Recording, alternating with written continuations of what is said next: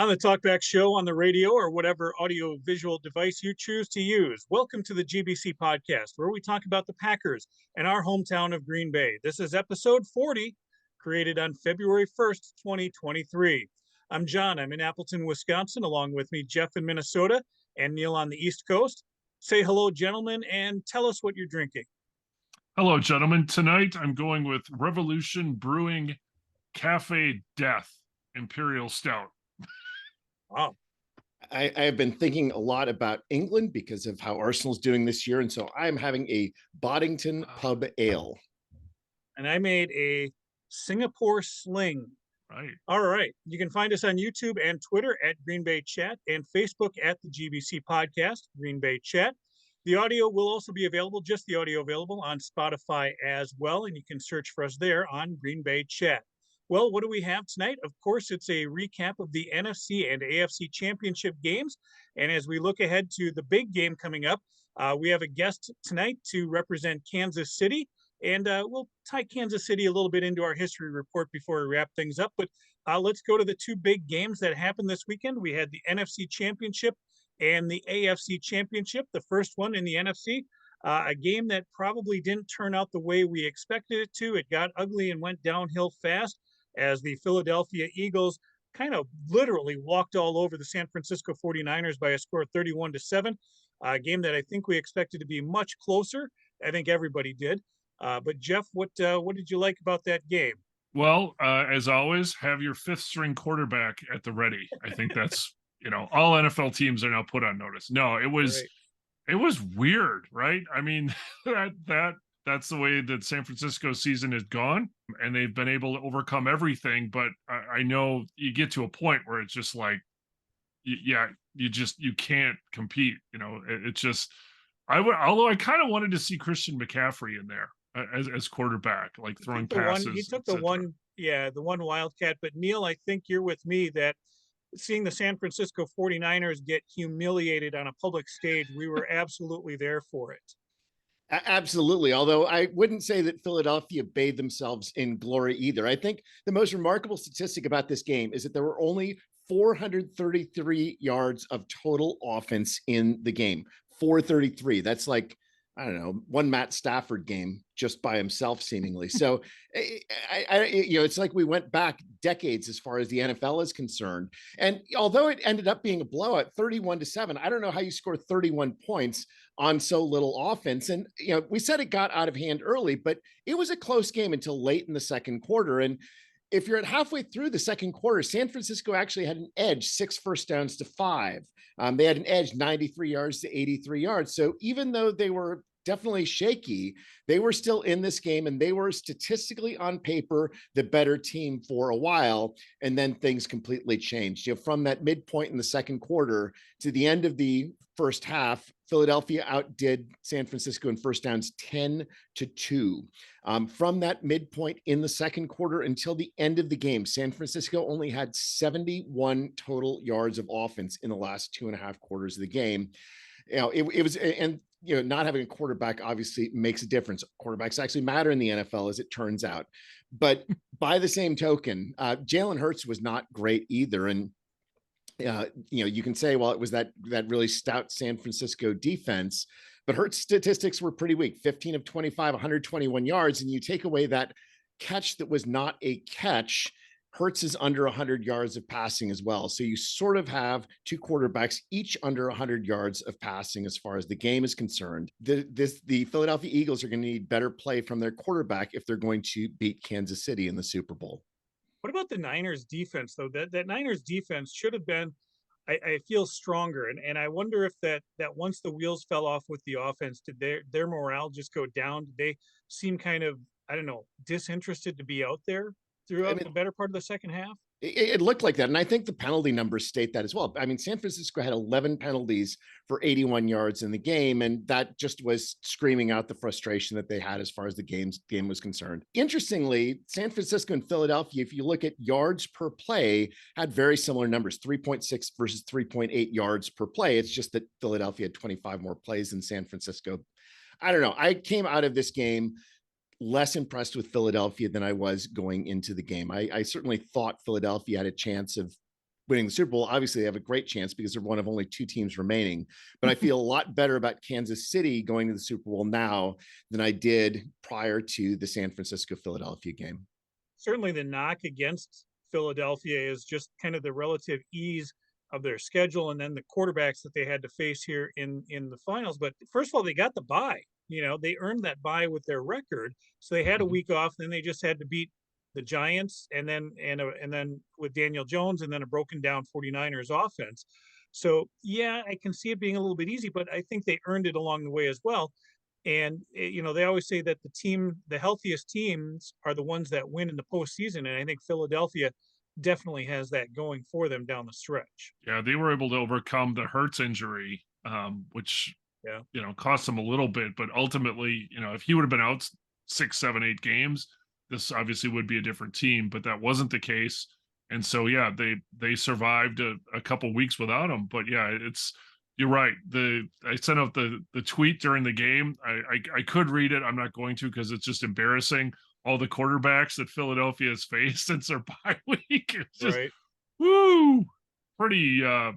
So yes, everything has kind of fallen in place for them. But you're right. Overall, the game, you would have thought that it would have been a little more because I think almost both teams seemed to, I want to say give up, but certainly with the fighting and it just really it devolved towards the end there. And I think Philadelphia at that point was just like, let's just get out of here. Let's take the W and move on, go to the Super Bowl.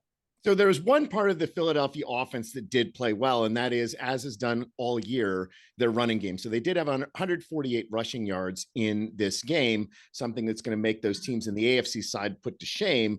And they certainly deserve congratulations for setting the new NFL record for touchdowns in a season, including postseason, with now 39 rushing touchdowns and counting, topping the 1962 Green Bay Packers at 37 and the 1924 Frankfurt Yellow Jackets, which was the precursor team to the Philadelphia Eagles, with 38. Now, of course, they did it in more games, but in the modern NFL, that everything is supposed to be dependent on the passing game, to be that dominant on the ground and to be this successful makes a statement. Not just dominant, but those 2 rushing touchdowns, Neil. I mean, we could have run through those. That the whole on both of those effectively untouched. You saw an offensive line doing its job and working as a great unit. And we talked about the offensive line with Cincinnati. Certainly, we talked about it with Green Bay. When things fall apart, they fall apart. And I think Philadelphia, again, being a healthy team, they've been strong up front as well. They have just enough pass potential from Hurts, and obviously he can throw the ball downfield, but whereas they are still two-dimensional, or they still have both the run and the pass options, whereas San Francisco, obviously they didn't have anybody to throw the ball downfield essentially. So when they became just a run-only team, they couldn't do anything, whereas Philadelphia continued just to run the ball. But every once in a while, he said they'd throw that run option, play action, whatever, it worked for them, and they were able to get just enough pass yards. But yeah, the running, I mean, look what they did against the Packers, right? So it got ugly. I mean, it got hard to watch, I would say. Yeah, there was no flow to the game. Couldn't throw. Yeah. Yeah. There was no flow. They were so one-dimensional. So yeah, I mean the Philadelphia defense, I mean, okay, I think they're gonna run the ball. Oh, I think they're gonna run the ball. I think they'll do it again, So yeah, it was historic in the fact that, we saw a team that was completely broken down at the end. And not to take anything away from Philadelphia, like I said, they had a great season. They earned the #1 seed. The one thing that we didn't pick, there were 4 options of Super Bowl opponents, and the one we didn't pick, the 2 #1s emerging out of this, is what we didn't choose. So Philadelphia, they're there, and I think that there was a point in the season where we saw this team. What were they, 9-0 to open the season, and just said, "Wow, that is going to be the team to beat." And Green Bay even had a hard time with them, right? I mean, Jalen Hurts ran all over us. It'll be interesting to see a very mobile quarterback and a mobile quarterback in the Super Bowl up against each other, and we'll talk about that in a little bit as well. So Philadelphia moves on to the Super Bowl. They are going to be facing the winner of the AFC Championship game. Who was that? Well, it was the Kansas City Chiefs. They took on the Cincinnati Bengals. They won by a score of 23-20, a game that, we've been high on the Cincinnati Bengals for a while now, and I think they put up a good fight. It was a very exciting game, came down to the wire, and the Chiefs prevailed. Yeah, Kansas City prevailed despite Andy Reid, and fundamentally, Andy Reid tried to Andy Reid this game away. And this game is a game that should not have been as close as it was, but you had essentially all of the different characteristics of Andy Reid as far as the game is concerned. You had bad challenges. You had an inability to convert on 3rd and 1. You had him forgetting that he can run the football. All those, taking a lead and then still throwing the ball relentlessly, not taking advantage of those opportunities. It was a game that should not have been as close as it was in the end. As much as we love Joe Burrow, as much as we think highly of this Cincinnati team, Kansas City was better, and they made a number of mistakes along the way that did not take full advantage of their strength. So let's just look at this game starting from the beginning of the football game and look at what happened in the first quarter of this game. In the first quarter of the game, Cincinnati had a 5-play drive with a punt, a 3-and-out that took them negative 14 yards. Kansas City had 2 long drives that brought them into field goal range, and they only got 2 field goals to show for that. In the first quarter, Kansas City had 100 yards of offense to negative 10 yards of offense. Of course, that is not going to last forever. Joe Burrow is a good quarterback, and he was able to bring that closer into the second quarter. You look at the numbers at halftime, and they're relatively close. So 10 first downs for each team, only 1 of 5 on 3rd down for Kansas City. And that's really where the problems are. From a yardage perspective, though, it was 141 to 184. So yes, Cincinnati had a very good second quarter as far as moving the ball is concerned, but Kansas City still had a significant edge as far as the yards in the first half is concerned. They had an edge in passing yards. They were tied for rushing yards at 19. I'll talk more about rushing yards later. In the second half, again, Kansas City was the better team based on first downs, based on yards, based on passing yards. They were a better team. Their defense was able to create turnovers as far as 2 interceptions of Joe Burrow, and it could have been 3 interceptions of Joe Burrow. Overall, just everything that you compare between those 2 players, between Burrow and Mahomes, the Mahomes numbers always look just a little bit better. Joe Burrow, as far as the game was concerned, 26 of 41, 270 yards. With those 5 sacks, it was a net of 5.2 yards per passing play. Mahomes, 29 of 43, so 2 more passes, 3 more completions, 2 touchdowns, no interceptions, 3 sacks that were only for 11 yards, 7.6 yards per attempt for Patrick Mahomes and the Kansas City team. Kansas City was just that much better, and that ended up making the difference in the end of the game. Well, we had talked about this over the last few weeks, right? With Cincinnati's offensive line, and it finally kind of came back and bit them. The surface obviously was fine. It wasn't snowing. So the Kansas City defensive line, and they had a field day. I mean, they really, really went after him. Burrow, the statistics when Burrow is sacked more than 4 times, his record's not very good. And he was not able to overcome the porous offensive line. They couldn't run as successfully either. So they were relying more on him. He was still able to get the ball downfield, but oftentimes he was running for his life back there. It was, harkening back to kind of how the games ended last year for them, the last couple. He just was under duress the whole time, didn't look particularly comfortable, still put the team pretty much on his back, but it was just too much. The score, I think, was probably closer than it should have been when you look at those statistics as well. The 5 sacks and the 2 interceptions. Now it was 13-6 at halftime. The score is 13-6 with Kansas City in the lead. And it didn't feel that close the way that the first half was played. And then you open up the second half, and in that first 5 minutes, Cincinnati is able to score and tie the game. Now the score is 13-13, and it got a lot more interesting in the second half, but it just never felt like Cincinnati was ready to dominate the game. They did what they needed to do to stay in the game, but they just never felt like the dominating team. I really felt Kansas City was more dominating in this game. The numbers show it, I think, just the eye test as well, that Kansas City, and this is their 3rd trip to the Super Bowl in 4 years. They have put something pretty decent on the field, despite Andy Reid. They are a very good, very dominant football team.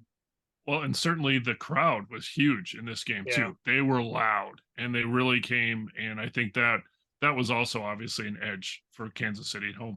Well, We did not notice the Cincinnati fans as much in this game. They did have a good presence there, but the sea of red just really took over. So, I mean, the other thing, though, is that Kansas City had a long stretch where they weren't able to get a first down at all, right? They said it's something like an hour of actual physical time between first downs. And, they didn't take advantage. So after Kansas City scored their touchdown in the second quarter to go up 13-3, Joe Burrow throws an interception plays later, and Kansas City goes 3 and out with incompletion. And then they punted from the Cincinnati 39-yard line. And they did that again near the end of the game where they punted from the Cincinnati 39-yard line. So 2 punts when you're just on the edge of field goal range. And in both of those drives where they did those punts, they essentially made no progress on first, second, or third down. And part of the absence of progress is because they were reliant on one very specific thing happening, Patrick Mahomes getting the ball to somebody. And that consistency ended up being a problem. That, there are times when you just need 5 yards in either of those situations. Take it from a 4th and 10 to a 4th and 5, and then you're going to go kick the field goal in that situation. But Andy Reid going conservative under those circumstances. Well, not conservative. He just never ran the ball. Well, he never ran the ball and then went conservative after he couldn't do anything on the first 3 downs. Just don't understand how you can be in those situations with a team and an offense that's that good and not take advantage. And specifically after the first time when they did the punt from the Cincinnati 39, that's when Cincinnati drove and Joe Burrow drove 90 yards in 2 minutes and 3 seconds to score that field goal that made it a 1-score game at halftime. We've talked many times about running backs, about successful teams, winning teams actually running the ball. So I know it irritates you when I say playoffs. So in this case, I could say running back or running the ball. Neil, tell us why it's important to run the damn ball.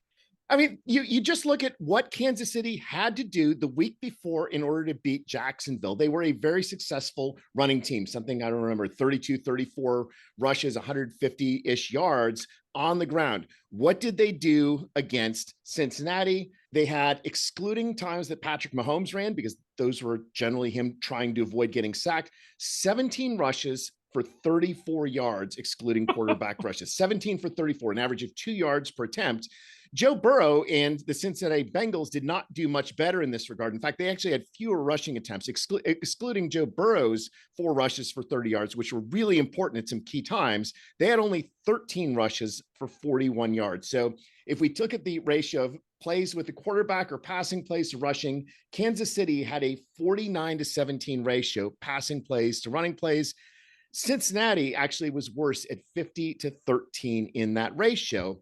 And it's actually even worse when I went back and looked at how Kansas City utilized their running game. And something that I noticed for the Packers all year this year is that they seem to be unsuccessful running the ball when they would do it out of a shotgun, right? They do a shotgun, the plays become far too slow to develop.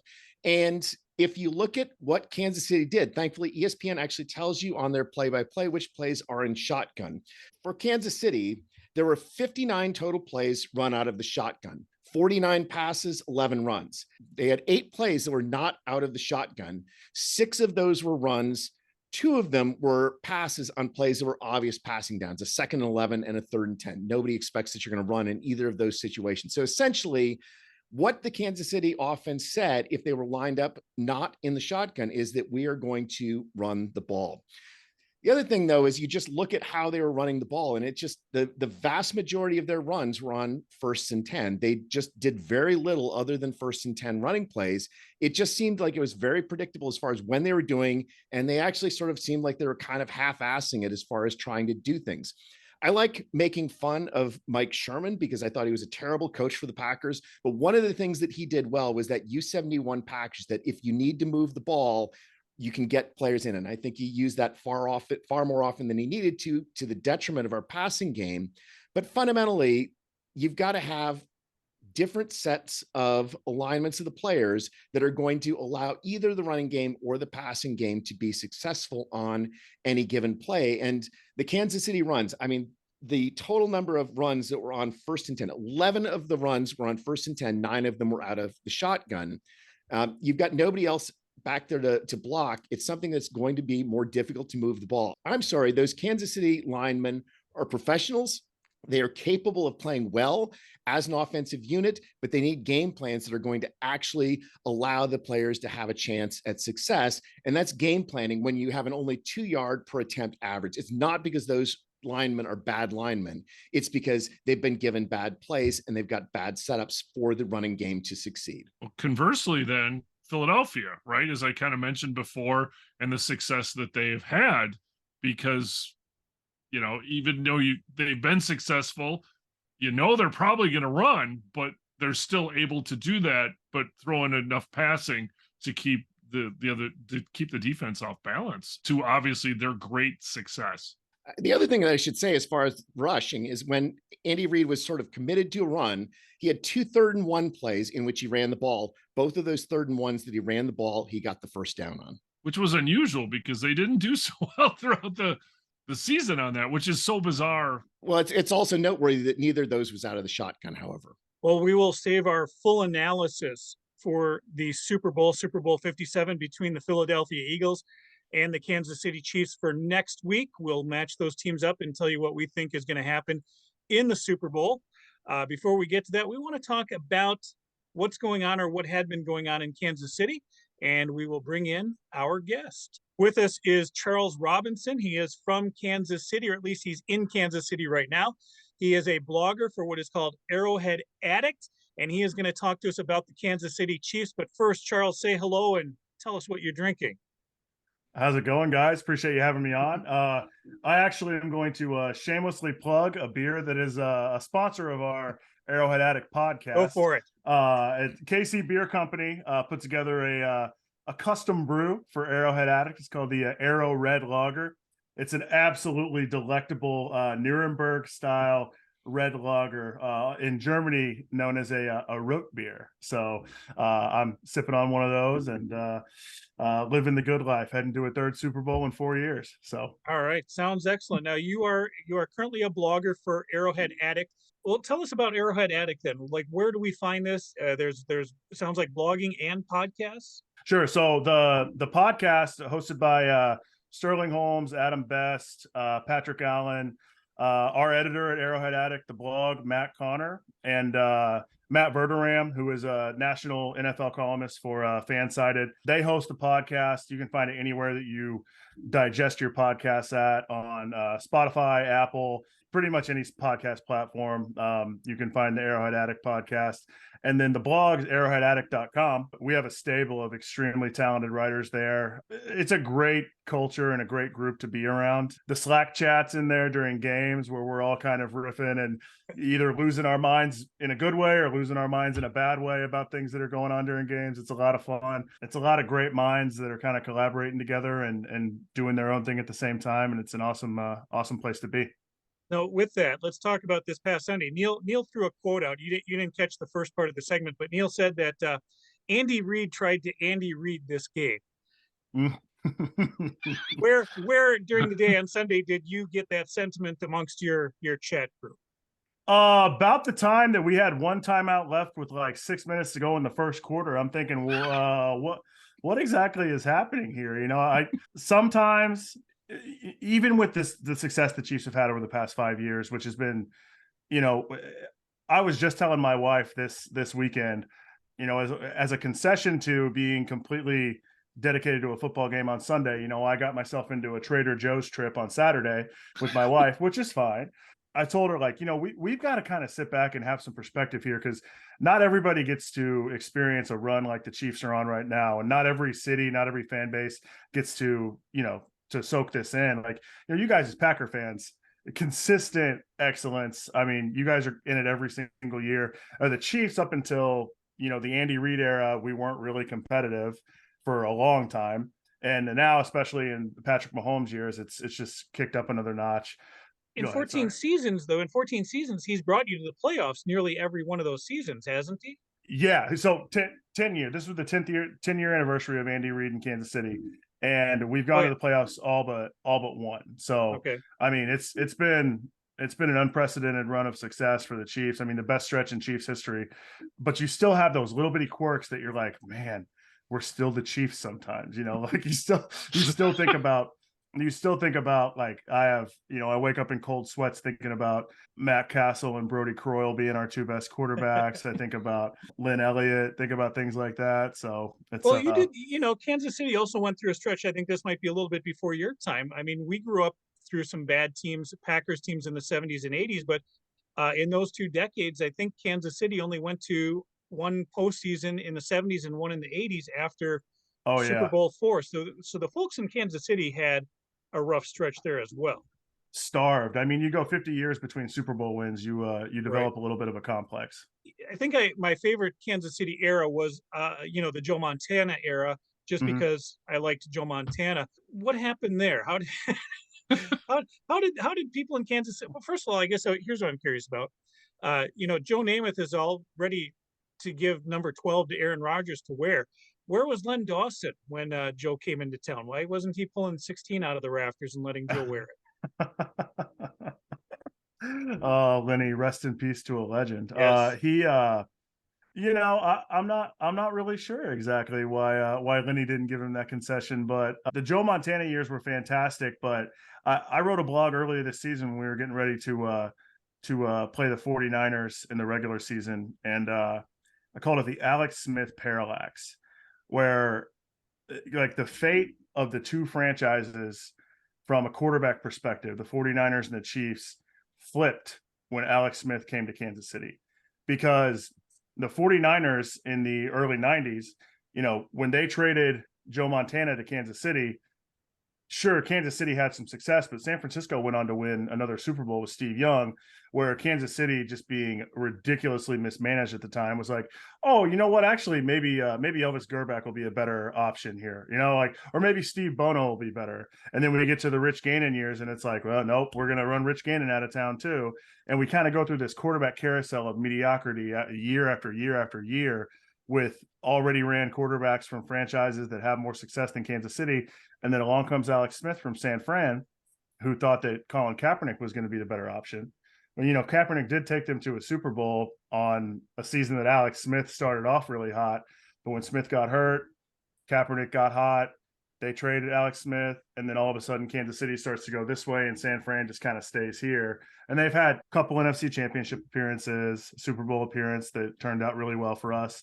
But the fortune of the two franchises, I feel like, really flipped when Alex Smith came to KC, and then the rest is history. Well, now, Patrick Mahomes. Tell me how did everybody feel when Mahomes was drafted, and how maybe has that evolved since then? Here's a funny story for you about the night Patrick Mahomes got drafted. So I was at my company's annual sales conference. We were in San Diego, and we're going into our awards banquet. So I'm watching the draft on my phone at a table, wearing a suit and tie, just like sweating. My legs won't stop moving. I'm like, okay. Then the news comes up. It's like Kansas City trades up to number 10. And I'm like, oh man, Deshaun Watson's still on the board. Reuben Foster's still on the board. We needed a linebacker. I'm like, Reuben Foster, let's take Reuben Foster. And it's like, they take Patrick Mahomes from Texas Tech. And I'm like, are you kidding me? We get a Big 12 gimmick quarterback? Like, you got to be shitting me right now. And I'm texting my best friends, like my group chat, my Chiefs group chat. And one of the guys is like, I don't know, man, this kid's got some raw ability. And if Andy Reid thinks he's going to work, then I got to trust Andy Reid. I'm like, no, this is an absolute bullshit pick. Oh, well, boys, I couldn't have been more wrong. And, whoops. That first preseason game he played in against Atlanta, he threw like a 69-yard bomb to Tyreek Hill. And I'm like, maybe.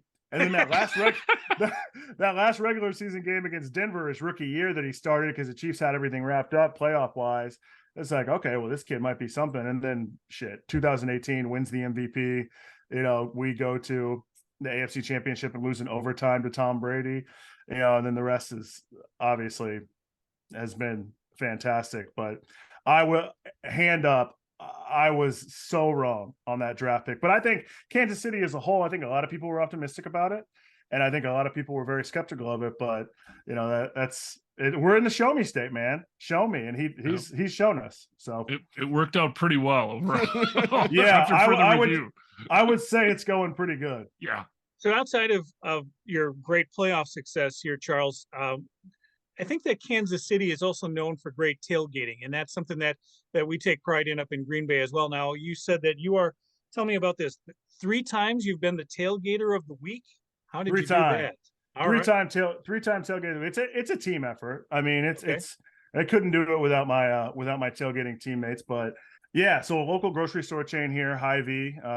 Shout out to Hy-Vee, best grocery store in Kansas City. They go around the parking lot every week and they look for basically who's got a good spread, who's got a good setup as far as tents go, who's playing music, who's having a great time, who just looks like they are embodying the Arrowhead spirit, right? And we've 3 times our group has won it. We won it 2018, a Thursday night game against the Chargers. It was like 10 degrees outside. We had a big fire pit going, double tents up. It was great spread. We won it at the home opener in 2021 against Cleveland, and then we actually just won it last weekend at the AFC Championship against Cincinnati. So I have to say I wasn't at the game last weekend, so I can't take credit for that. But the team carried on my legacy in my absence. So what's the signature there? Is it something in the food spread? Is it the music? What is it that gets you guys noticed?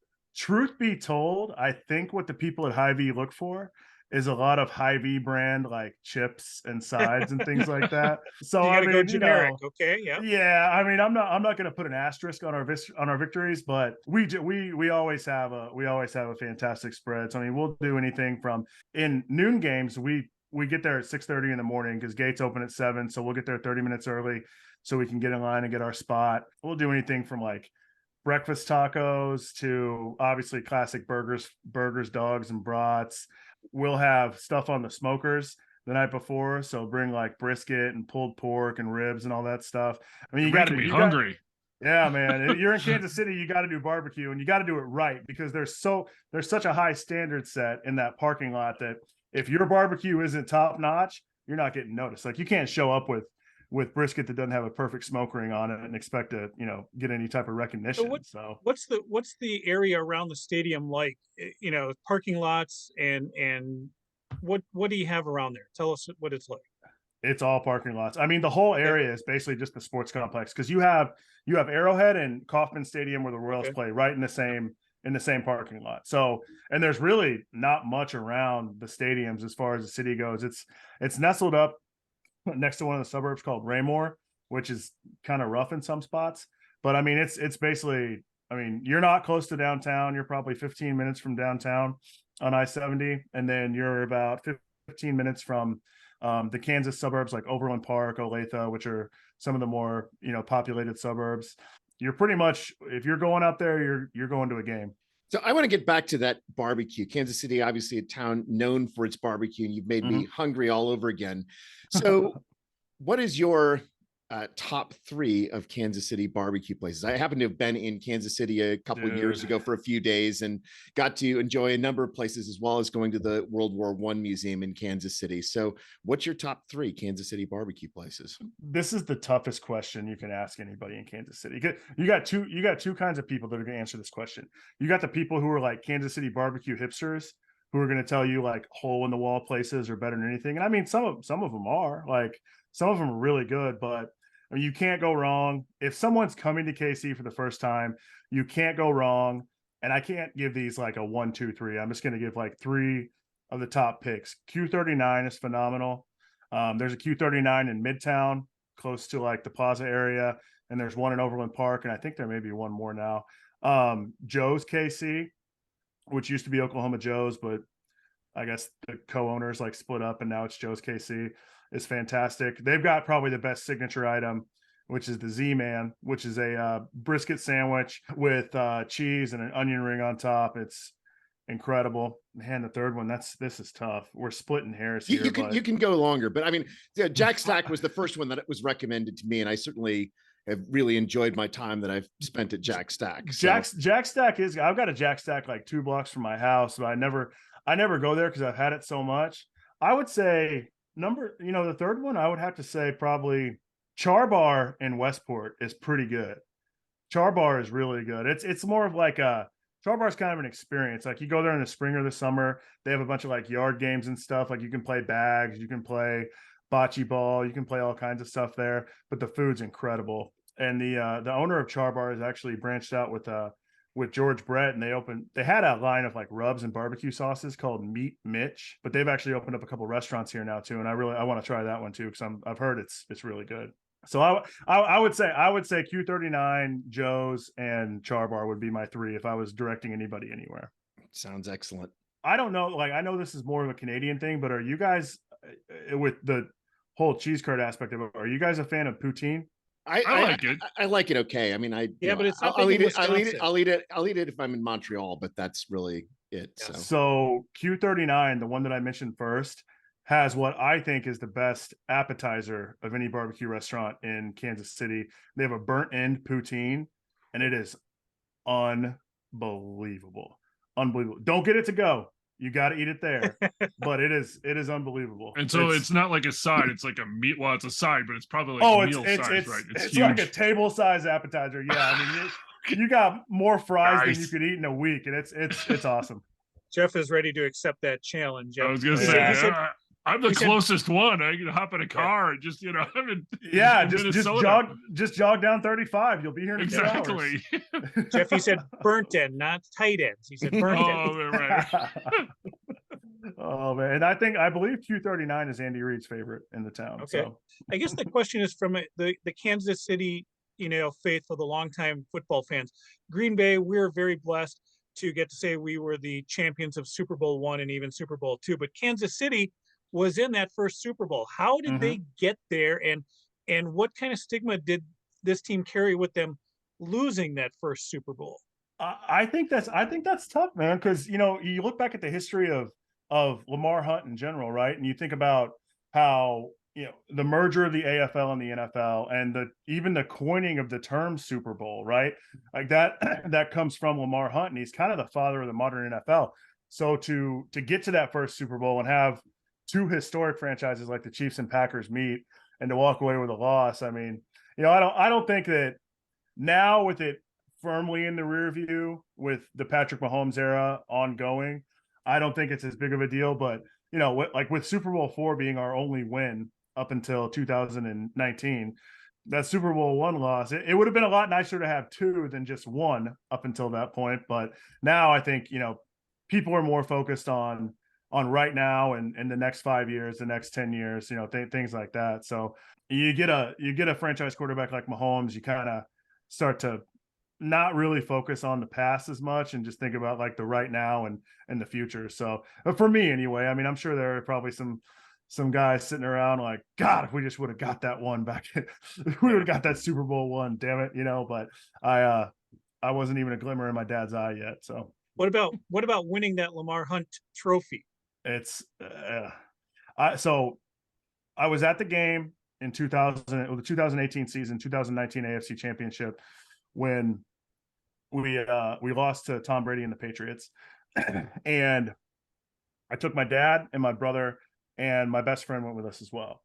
And when Charvarius Ward picked off Tom Brady in the fourth quarter, before I saw the flag from D Ford being offsides, I grabbed my dad and I hugged him. I'm like, we're going to the Super Bowl. It's unbelievable. Like I couldn't, like I was speechless. And then I saw the flag and I was crushed. I just fell down in my seat. I was like, oh my God, like more Chiefs playoff failures. What in the hell, But then the next year I was also there when we beat the Titans. And I mean, because I remember vividly 2 years before that being at the game where Marcus Mariota threw a touchdown pass to himself. Chiefs were up 21-3, ended up losing 22-21. And me and one of my best friends who was at the game with me in 2019 in the parking lot are just dejected. Like, when is this going to end? So winning that and getting that over that hump in 2019 and winning it in Arrowhead with Clark Hunt holding the trophy that's named after his dad.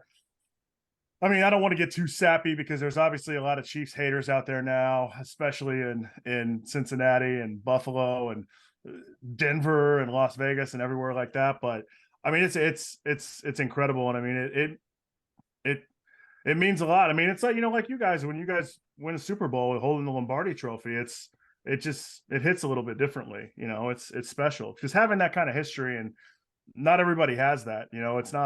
It's not common. There's no Al Davis trophy for a conference championship.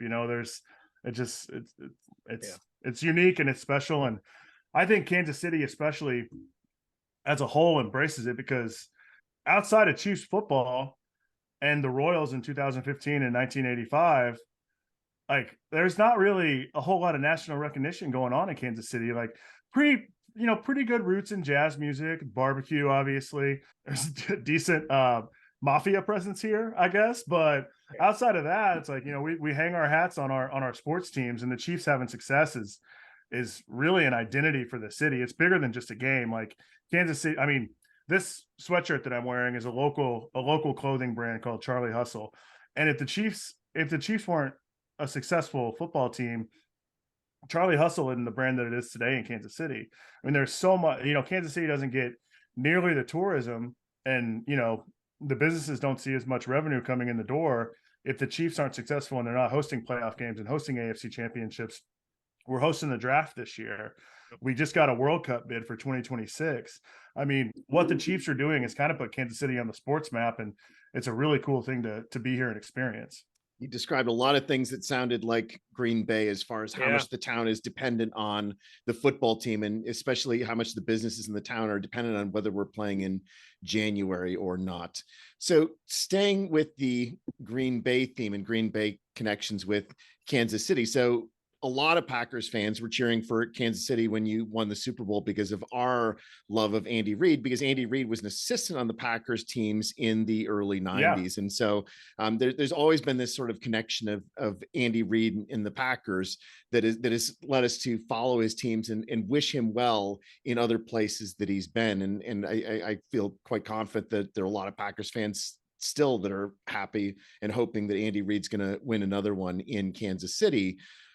The other Packer that is connected is Marquez Valdes-Scantling. So can you tell about how the adjustment to MVS has been for Kansas City fans? Obviously, he had a great game, and he had a better year than I think Packers fans were expecting him to have, and having Patrick Mahomes throwing to you helps a lot. But give us your thoughts on MVS.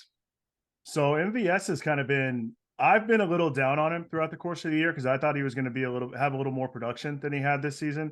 But man, you couldn't pick a better time to step up and have a huge game. I mean, with Juju out, with Tony out, with Mecole Hardman out, Justin Watson was sick, so he wasn't even active going into Sunday.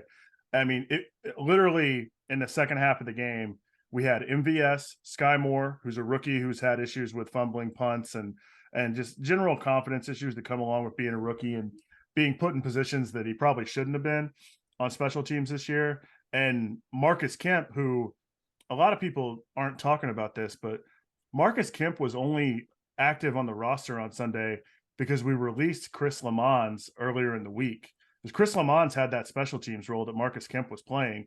And if we didn't release Chris Lamons and the Bengals didn't claim him off waivers last week, which is kind of a dirty move, Kemp wouldn't even have been on the roster. So I don't even know if we would have been able to field enough wide receivers. We would have had to play 3 tight sets the entire second half, which we kind of did with Noah Gray and Jody Fortson and Travis Kelce. But I mean, MVS was huge. And the fact that he cooked Eli Apple so many times just made it so much sweeter. Cause man, I'm telling you guys, like Broncos and Raiders are right here. The Bengals are right here right now for Chiefs fans. I mean, as far as heated rivalries, like I don't like to use the word hatred because I would never wish anything like, you never wish any injuries on the players or anything bad for the fans or anything like that. But God, I can't stand those guys.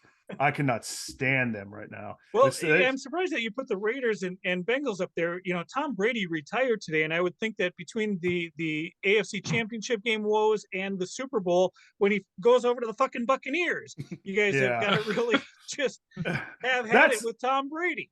That Super Bowl, man, I chalk that Super Bowl up to just – we didn't have any starting tackles that game. Their defense, Brady played good in that game, and that game sucked to watch. It was terrible. But if Mitchell Schwartz and Eric Fisher don't go down, in that Buffalo game, then I think that's a different story that season. But you win some, you lose some. I don't like Tom Brady, but I think it's just the fact that he was a complete non-factor this year. The Bucs were a complete non-factor, which was awesome. Oh, it was so awesome. And then we whipped their ass in their home stadium earlier in the regular season. It's like, okay, that's over. I moved on from that one. It's the Bengals are kind of the flavor of the week. If you would have asked me last year, I probably would have said the Bills up until the Bengals beat us in the AFC Championship, and even the Bills earlier this year. But I try to keep a positive mindset with some of these other teams and quarterbacks, especially because Josh Allen's a lot of fun to watch. Joe Burrow's a lot of fun to watch. When they're not playing the Chiefs, it's like, okay, these guys are great, but, and I don't want to sound too cocky, but I mean, Mahomes is special. And I just don't like the comparisons there because they're all really, really good. But I think Mahomes kind of proved this year that without Tyreek Hill and a completely new wide receiver core, still throws for 5,250 yards and going to win another MVP. Thanks a lot for your guy Rodgers screwing up a consecutive MVP reign for Mahomes here, but we'll take 2 after this season. I guess. No, it's obvious that Mahomes, it takes a while, and he's got to have some more games, but it just there's a lot of hyperbole, but he's kind of living up to it now that he's got more chance, but another shot at a Super Bowl and things like that. I mean, if he wins the second Super Bowl, suddenly that's getting him into more and more rarefied air. So that's the thing. That's the thing is going to drive me crazy because if he wins the second Super Bowl, you start having conversations about where does he rank like among the greats. If he loses the Super Bowl, it's like, oh, Mahomes doesn't play very well in Super Bowls though. So I mean, is he's 1-2 at that point, and it's like, well, he got his ass kicked by the Bucs, and then the Eagles stomped him. Like, okay, whatever. I mean, well, here's a fun fact. Happen. The winner of the Super Bowl will have more wins this season in State Farm Stadium than the Arizona Cardinals had this season. Yeah. Arizona only won one home game this year. Now, Kansas City, I think it was opening week, right? Kansas City went down there. Yep. Blew the doors off of them in week 1. All right, so here it comes. What's your prognostication for heading down to Glendale next week?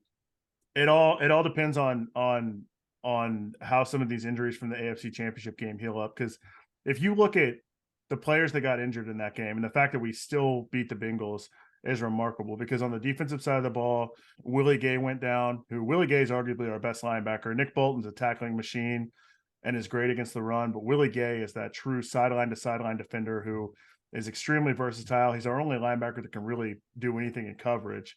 Freak athlete. L'Jarius Sneed went down, who's our best corner. And on offense, obviously, we lost all those wide receivers. So if those guys are healthy and can play, and I think it's going to take getting one of either Mecole Hardman or Kadarius Toney back, and then having, hopefully Juju Smith-Schuster can come back, because between him and Travis Kelce, the Chiefs offense really thrives the most when they can kind of take chunks out of the middle of the field in the passing game early, short to intermediate.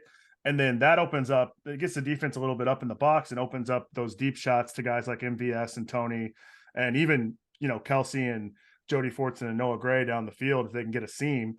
That's what allows the Chiefs offense to be explosive.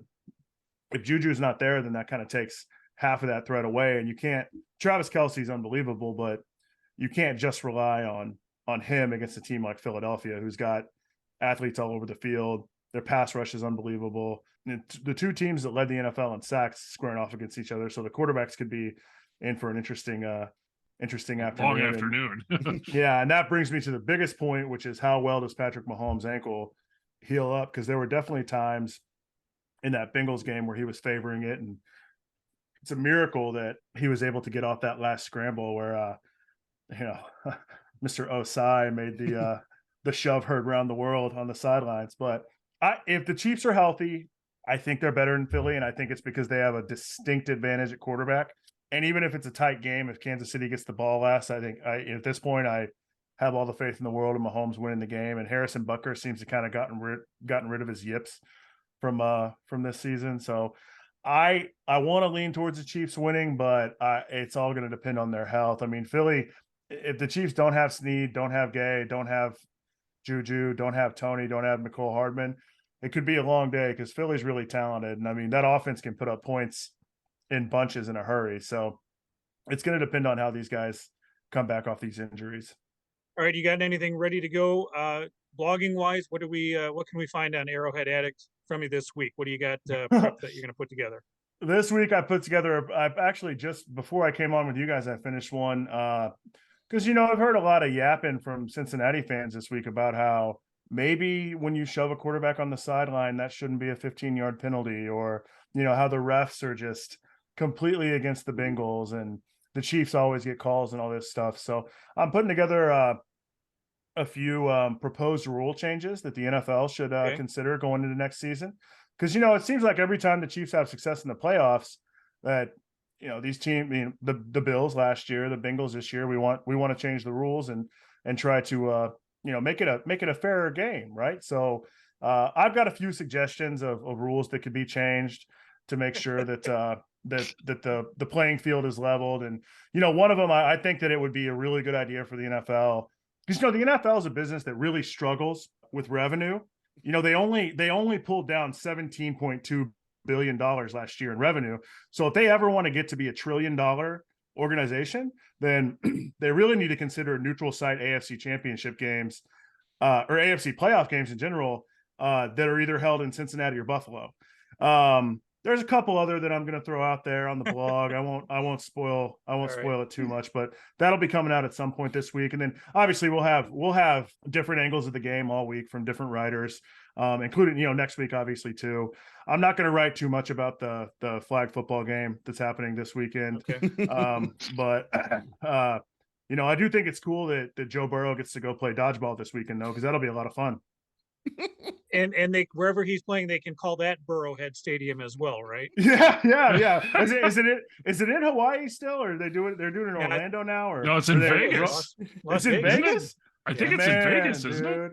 Allegiant Stadium is now Arrowhead. That's crazy. That's also home field for Mahomes, Allegiant Stadium. So I mean, Burrow can't get away from playing in a Chiefs home field. It's crazy. So last question that I have for you is, let's say the Kansas City fans, they travel to Arizona. So Packer fans, when we see each other, it's go Pack go. This past weekend, you probably heard enough Who Days to last you a lifetime. Neil loves the Who Day. What do Kansas City fans say to each other when they see each other? It was either how about those Chiefs, or just a standard Chiefs. Like, right. That's it. You just bellow Chiefs at each other, and that's our love language. We love each other. Sounds great. Well, we appreciate you joining us. Again, Arrowhead Addict is the website. There's blogs, there's podcasts, and you guys are getting ready for the big game. So we wish you the best of luck. We hope you have a great week and lots of success. And how about those Chiefs? Chiefs. Oh man, this is a blast, guys. Thanks for having me. Thanks for joining us. Thanks for coming on. And with our guest, we alluded to that Super Bowl one, the Kansas City Chiefs and the Green Bay Packers. And here to tell us more about that history is Jeff with a bedtime story. So looking back at Chiefs Super Bowl history. So first, as Charles alluded to, so there's been 4 appearances by the Kansas City Chiefs in the Super Bowl. Of course, the inaugural Super Bowl 1966 season, where the Chiefs lost to Green Bay 35-10. They bounced back in Super Bowl IV for the 1969 season, where they faced the vaunted Minnesota Vikings. And it was Kansas City's first NFL championship in the Super Bowl era. They won 23-7. Then there was a little bit of a drought, 50 years to be exact. So the next time the Chiefs showed up in the Super Bowl was the 2019 season. That would be Super Bowl 54. And where they faced San Francisco and won 31-20. And then the 2022 season, where they lost to Tampa, Super Bowl 55, where it was 31-9. Looking back on that 1966 season, though, the inaugural Super Bowl, and it wasn't even called the Super Bowl, as you know, back then. They hadn't coined a term for it quite yet. The Chiefs in the 1966 season, they were 11-2-1. So they won the AFL Western Division, and they defeated the Buffalo Bills in the AFC Championship game on January 1st, 1967. by a score of, you mean the AFL Championship game? yes, it was the AFL Championship game by a score of 31-7, and it was their first AFL Championship in Kansas City. Now, the team that used to be known as the Dallas Texans, owned by Lamar Hunt, they moved to Kansas City. They won actually a title as the Dallas Texans, an AFL title, in 1962. And again, this was their third and final season in 1962 in Dallas, and before they moved to Kansas City. A couple other notes about that 1966 team. So again, they were 11-2-1. And their offense was the key. So looked it up. They scored a division high 448 points. So they had a prolific offense. Again, this was in 14 games too, by the way. And there was 113 more points than the next division, the next team in the division, which was San Diego. And they allowed only 276 points. Again, this was a 14-game schedule. They were the AFL team, and they met the vaunted Packers. So they were the underdog. Most observers, or most in the league, both leagues thought the Packers were the dominant team because they were the NFL team. So, and sure enough, the Packers, it was close in the first half. It was 14-10 at halftime, but the Packers poured it on, and they ended up winning, of course, 35-10. And but really what said, the number of things happened in this game, we've talked about it, but the one thing that jumped out at me as I was kind of rereading this, so the Packers defense held the Kansas City offense in the third quarter to 12 yards. So that was really probably, one of the turning points in the game. Packers turned it on, 35-10 victory. Like I said, if you're a Kansas City fan, so 1969 season, you were redeemed. You did beat the Vikings as underdogs even then, but you came out and you're back again for the next, coming up. We'll see for the fourth Super Bowl appearance, third Super Bowl appearance in the last 4 years. So that is really something. So we'll see how this one pans out, gentlemen. And like we said, next week we'll give our preview of Super Bowl 57 between the Philadelphia Eagles and the Kansas City Chiefs. And in, paying deference to the fair play doctrine, I guess we'll bring in some Philly fans next week as well, Neil, and see if you can give them a hard time for that. Otherwise, any final thoughts before we get out of here? I don't think so. I enjoyed having Charles on, his perspective. I know we kind of mentioned this during the, but, just losing, having the huge gap between Super Bowls and things like that makes winning just that much sweeter. I think the amazing thing about the Super Bowl is how much it has grown. And the fact that you look at the photo that we've gotten, the bleachers are empty back behind the goal line. And this is something the game didn't sell out. It wasn't even close to a sellout in that first game. Jeff's talked about it before. And to think that this is what would become the primary sporting event in the United States and the one that really has the most reach in the entire world. So really incredible to see this photo and how striking it is, and how, imagine a mostly empty end zone in the upcoming Super Bowl. Yeah, I don't think so. Yeah, the humble beginnings, as it were. Yeah, and like I said before, it wasn't even called the Super Bowl back then, and many have credited Lamar Hunt, the Kansas City Chiefs owner, with coining the term the Super Bowl. So, he had a lot of influence, certainly on the league as the AFL, and Kansas City, showed up in the 60s and continue, and they're having success back again 50 years later. All right. Well, we're going to get our flags on and get ready for the games that we get to watch this weekend. Flag football, Neil, right? And we're going to watch like that? I said, we'll talk more about the Super Bowl next week. All right. If you're watching us on YouTube, please hit subscribe, leave a comment. You can also find the GBC podcast at Green Bay Chat. That's all one word, on Twitter, Instagram, TikTok, and Snapchat, and on Facebook at the GBC podcast, Green Bay Chat. And may you fully appreciate the magnitude of your impending good fortune. Thanks for joining us. Good night. Good night.